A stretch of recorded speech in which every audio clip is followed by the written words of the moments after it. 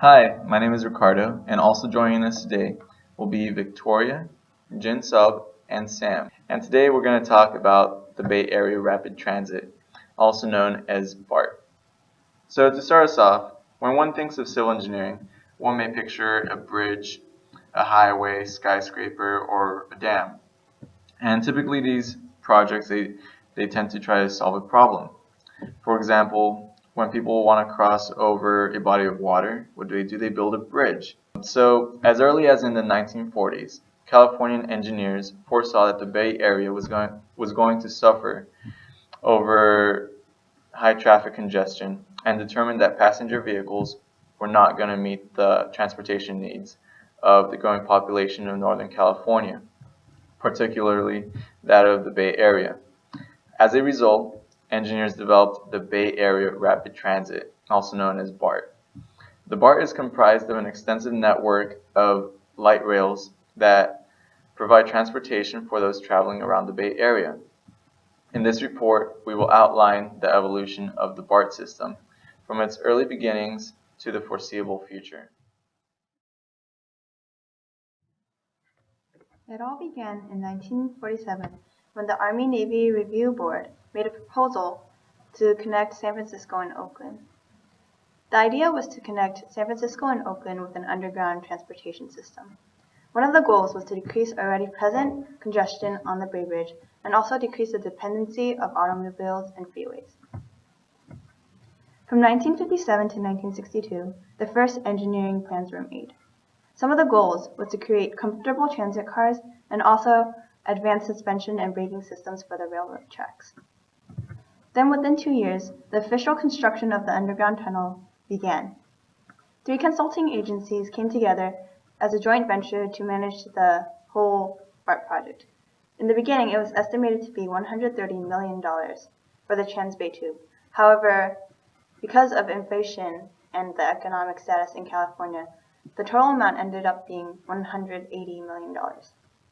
This increase in amount caused a delay in the development and construction of the Trans-Bay Tube, and in 1966, the first tracks of the Trans-Bay Tube were laid down by the U.S. Navy and other boats. Tunnels were created against pressure and water. And another problem that surfaced was that the construction team had to construct around the already existing utilities that were previously installed. From 1972, the tunnel was finally completed, and it was the end of the construction. Engineers, technicians, and computer specialists were hired to create an automatic train control system. And within the first week of opening, the BART system had over 100,000 people. Over the years, because of popular demand, more stations were created and more people had more access to it. Today, BART transit rail system stretches over 104 miles across the 44 different stations in San Francisco Bay Area. With total car numbering 669, BART transports about 403,000 riders on the weekdays, making 122 million trips annually. This put BART the 5th busiest transit system in the United States. For the past decade, BART has gone through many rapid modernization to improve upon areas such as safety, rehabilitation, and energy conservation. After the incidents of 1989 Loma Prieta earthquake safety has become one of the main concerns for BART. To prevent heavy casualty from earthquake, BART has implemented early earthquake warning system in August 2012. This system was developed with assistance from Berkeley Seismological Laboratory in UC Berkeley. With this system, BART can automatically slow down the train when it senses a seismic disturbances. BART is the first transit agency in the United States to implement automated response to earthquake alert. Other safety measures such as fire alarm, fire sprinkler, and tactile platform edges, and so on, was implemented in the year 2009. Since the mid-1990s, BART has been implementing station rehabilitation program.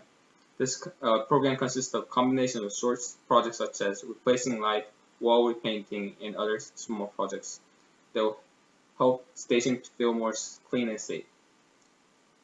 BART has gone through many changes to make BART more convenient place for the riders. Energy conservation is also a main concern for the BART system. Today, BART trains runs 100% on electricity power that mostly comes from hydroelectric and solar sources.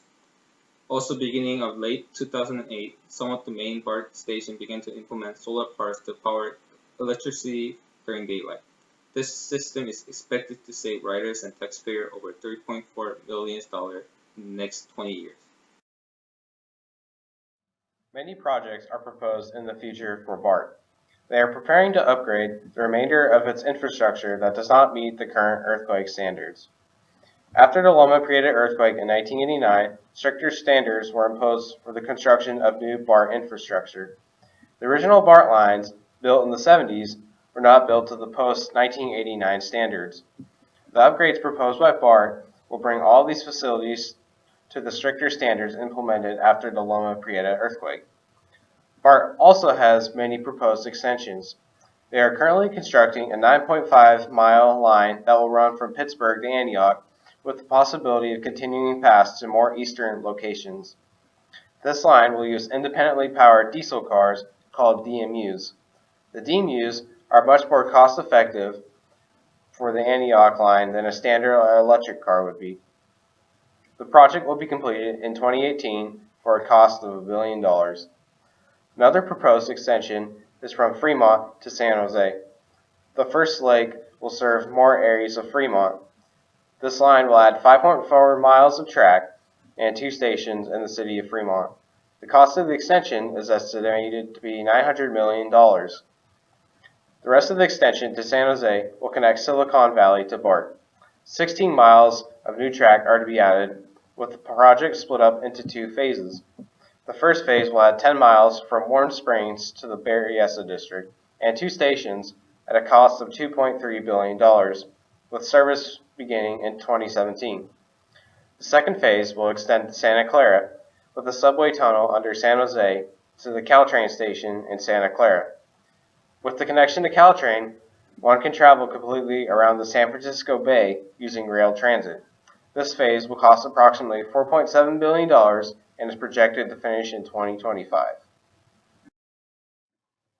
In conclusion, the BART train system has been a vital component to life in the Bay Area and has been influential in shifting transportation from inefficient passenger vehicles to trains that can move larger volumes of people within a scheduled amount of time without adding to the congestion found in city streets.